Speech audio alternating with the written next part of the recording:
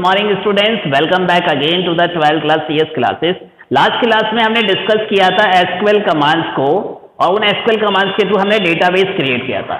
In today class we are going to discuss some SQL based DDL commands. With the help of such SQL based DDL commands we can work over the table.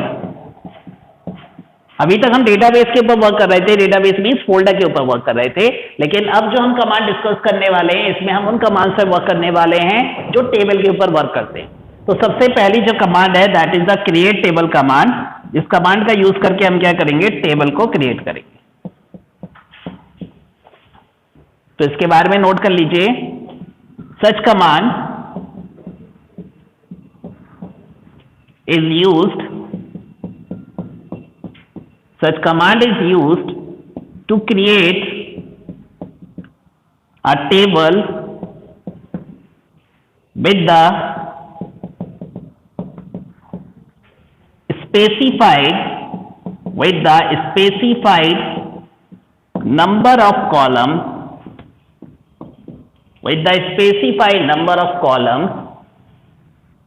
within a table। इस command का use करके हम एक table create कर सकते हैं और उसमें हम कॉलम्स को स्पेसिफाई करेंगे, यानी किस टेबल में कितने कॉलम्स इंसर्ट होने हैं वो सारी चीजें हम क्रिएट टेबल कमांड में शो करेंगे।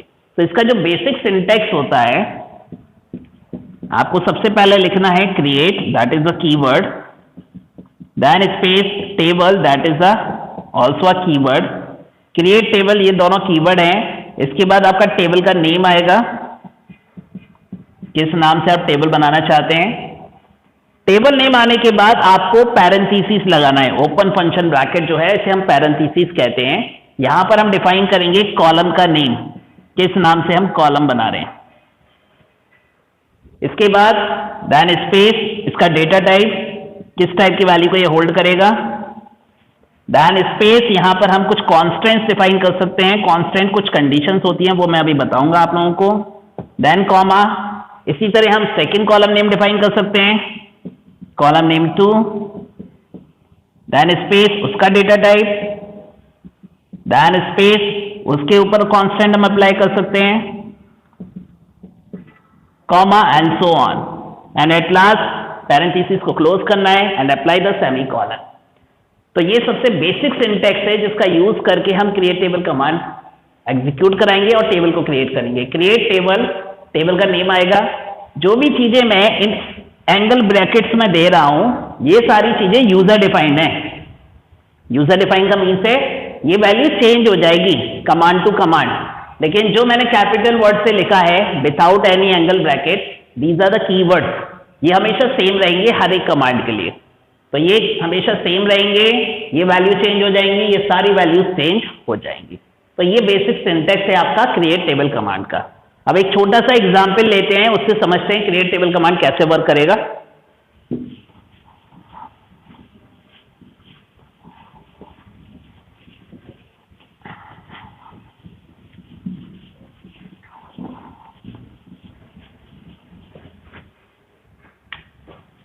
मैं यहां पर एक कमांड दे रहा हूं create, then space table. Table का नेम मैंने यहां स्पेसिफाई किया, that is the student. Within the open parentheses, we have defined the name of the first column.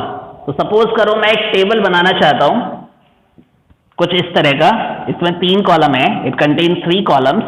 The first column is the roll number, second column is the name, and the third column is the marks, and the table name will be the student. ये specification मुझे given है कि आपको एक table बनाना है, it contain 3 columns. First is roll number, second is name and third one is the marks. Roll number का जो data type होगा that is the integer type, name का जो डेटा टाइप होगा that is of the character type and it can hold 10 character, and marks का जो data type होगा that is again of integer type. तो इस table को क्रिएट करने के लिए आप जो कमांड एग्जीक्यूट करेंगे that is create table. Table का नेम स्टूडेंट के नाम से टेबल है तो स्टूडेंट आ जाएगा, ओपन पैरेंथेसिस। अब इसके हम सबसे पहले कॉलम को देखें तो कॉलम का नेम क्या है, रोल नंबर। तो अकॉर्डिंग टू सिंटैक्स हमें पहले कॉलम का नेम देना है, किस नाम से आप कॉलम बना रहे हो, रोल नंबर।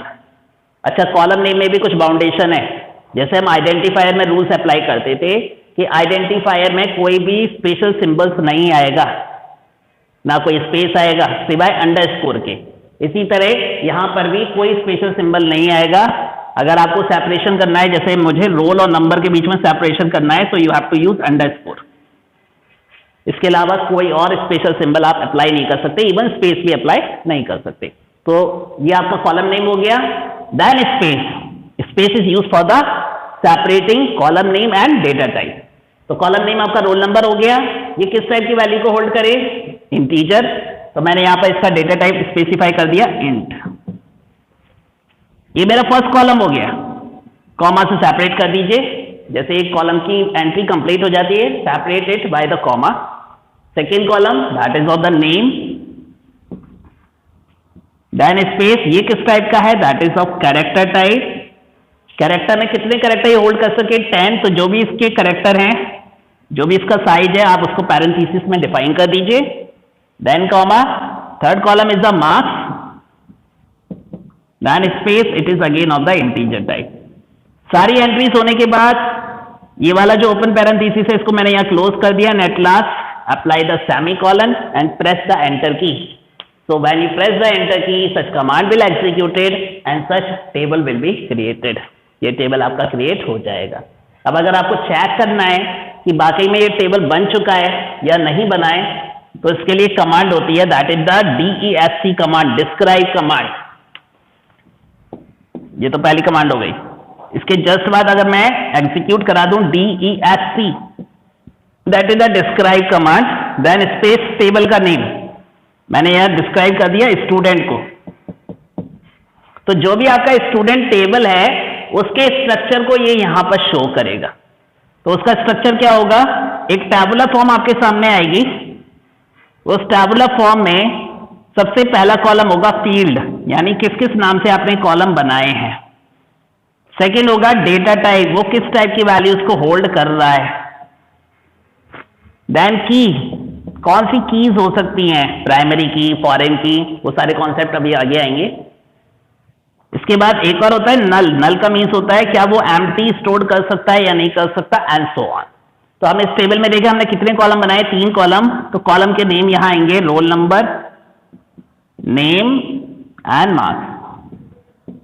इनके data type roll number integer, name character, size 10, marks integer. कीज अभी मैंने कुछ डिफाइन नहीं किया, तो ये सारा एम्प्टी होगा। बाय डिफॉल्ट सबकी नल वैल्यू यस होगी। नल वैल्यू यस होने का मीन्स है जब आप रिकॉर्ड इसमें इंसर्ट करेंगे और कोई वैल्यू आप इंसर्ट नहीं करते हैं, तो वहां पर एक कीवर्ड स्टोर हो जाता है, that keyword is the null keyword. तो वो नल वैल्यू एक्सेप्ट कर सकता है या नहीं कर सकता। तो बाय डिफॉल्ट सारे कॉलम नल वैल्यू एक्सेप्ट कर पा रहे हैं, इसलिए यहां पर यस लिखा हुआ आ रहा है। So that is is default structure. इसके बाद जब मैंने सिंटेक्स लिखवाया था आपको टेबल क्रिएट कमांड का, तो वहां मैंने आपको एक चीज और बताई थी, दैट इज द कॉन्स्टेंट। लेकिन अभी इस कमांड में मैंने कोई कॉन्स्टेंट यूज नहीं किए, because constant is the optional part. तो कॉन्स्टेंट क्या है, उसे हम कैसे इसमें अप्लाई कर सकते हैं, that we will discuss in our next class. Thank you.